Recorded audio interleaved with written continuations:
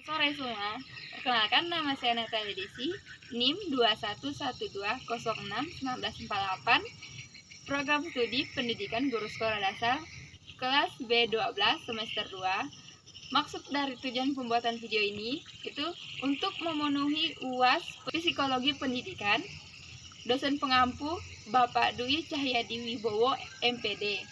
Di sini saya sudah bersama narasumbernya, yaitu bersama kakak tingkat yang sudah melaksanakan PPL. Nah, di sini saya akan mempersilahkan kakak untuk memperkenalkan dirinya. Baik, perkenalkan, nama saya Jessica Desania Puja. Nah, saya dari program studi pendidikan biologi dari kampus STKIP Persalian Katulistiwa Sintang. Ini saya mengangkat tema yaitu seorang siswa yang pemurung atau penyendiri di sekolah. Nah, di sini saya sudah menyiapkan beberapa pertanyaan untuk ditanyakan kepada narasumber kita. Adapun pertanyaannya itu, apa penyebab seorang siswa menjadi pemurung atau penyendiri? Nah, bagaimana menurut narasumber ini penyebab siswa bisa menjadi siswa yang pemurung di sekolah? Oke, langsung saya jawab ya. Menurut saya sih, kalau untuk siswa yang menjadi pemurung atau penyendiri di sekolah itu dapat disebabkan oleh banyak sekali faktor. Yang pertama, faktornya adalah pemalu. Yang kedua, bisa saja dia takut untuk mengekspresikan dirinya kepada teman-temannya. Yang ketiga, bisa disebabkan karena dia minder, entah itu dari segi fisik ataupun dari segi ekonomi dan banyak sekali lainnya. Begitu. Baik, terima kasih. Yang selanjutnya, siapa saja yang bisa terlibat dalam seorang siswa yang menjadi pemurung atau penyendiri? Nah, menurut narasumber itu biasa siapa saja yang bisa terlibat dalam seorang siswa yang mempunyai sikap pemurung dan penyendiri itu? Untuk siapa saja yang bisa terlibat di siswa yang menjadi pemurung atau penyendiri itu, biasanya seperti yang sudah saya jelaskan tadi, itu penyebabnya ada beberapa faktor tadi kan. Nah, siapa saja yang bisa terlibat di situ? Nah, seperti contohnya adalah orang tua. Nah, disinilah sebenarnya peran orang tua itu sangat dibutuhkan dalam psikolog anak atau pemikiran anak. Bagaimana nanti orang tuanya itu bisa mendidik anaknya, oh jangan pemalu jadi orang, atau jangan takut untuk menunjukkan prestasi kamu, takut untuk menunjukkan kemampuan kamu. Nah, untuk orang-orang yang bisa terlibat di situ bisa saja dari orang tuanya atau dari gurunya yang kurang peka mungkin terhadap kemampuan anaknya begitu. Selanjutnya itu, kapan seorang siswa dapat dikategorikan pemurung atau penyendiri? Menurut narasumber itu kan pasti banyak ya kategorinya. Jadi menurut narasumber ini kategorinya itu seperti apa kalau siswa yang pemurung atau penyendiri? Oke. Untuk pertanyaan kapan siswa bisa dianggap atau dikategorikan pemurung atau penyendiri, itu kita bisa lihat dari sikap dia ketika bersosialisasi dengan orang. Nah, seorang siswa itu bisa dikatakan pemurung atau penyendiri ketika dia sudah tidak lagi, misalnya contohnya seperti ini, ketika temannya mengajak untuk bermain atau mengajak untuk melakukan kerja kelompok dan sebagainya, dia selalu menolak. Nah, ketika disuruh mengerjakan ini, mengerjakan itu di depan kelas atau apapun itu yang ditugaskan gurunya, dia selalu tidak mau begitu. Nah, itu adalah salah satu contoh ketika siswa itu dikatakan pemurung atau penyendiri menurut saya. Ya, baik, selanjutnya, mengapa seorang siswa menjadi pemurung dan penyendiri? Mungkin narasumber banyak mengalami kan selama PPL kan, tentu banyak menemukan hal yang selama dalam pembelajaran PPL gitu. Oke. Mengapa seorang siswa menjadi pemurung atau penyendiri ya? Nah, dari pengalaman yang sudah saya tempuh selama kegiatan PPL khususnya ketika saya langsung berinteraksi dengan siswa di sekolah, itu salah satu penyebab mengapa siswa itu menjadi pemurung adalah kurangnya pergaulan atau kurangnya pertemanan, khususnya di sekolah ya, ini konteksnya di sekolah.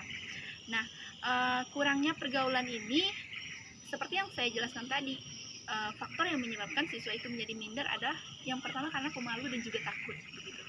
Pemalunya ya karena mungkin dia bisa dikatakan insecure atau tidak percaya diri begitu kan ketika bergaul dengan teman-temannya begitu. Nah, itu salah satu penyebab mengapa siswa itu bisa pemurung atau menjadi penyendiri di sekolah. Oke. Yang selanjutnya, di mana tempat pelarian seorang siswa jika mengalami kemurungan atau kesendirian? Nah, tentu di sini kita banyak menemukan di mana tempat seorang siswa melarikan saat dia ingin menyendiri, atau dalam istilah itu kayak kalau ada masalah kan pasti dia lebih banyak kesendiri, nggak mau bergabung sama yang di kelas seperti itu. Iya. Jadi menurut sama pengalaman narasumber PPL tentu banyak dapat siswa seperti itu yang berbagai jenis karakter dan model dalam hal belajar. Oke, untuk pertanyaan ini, nah sebelum kita ke siswanya, kita harus tahu dulu kalau di sekolah itu kan ada yang namanya guru konseling atau guru BP begitu kan. Nah, salah satu fungsi dari guru BP ini adalah menangani siswa-siswa yang kita kenal itu kan guru BP menangani siswa-siswa yang bermasalah.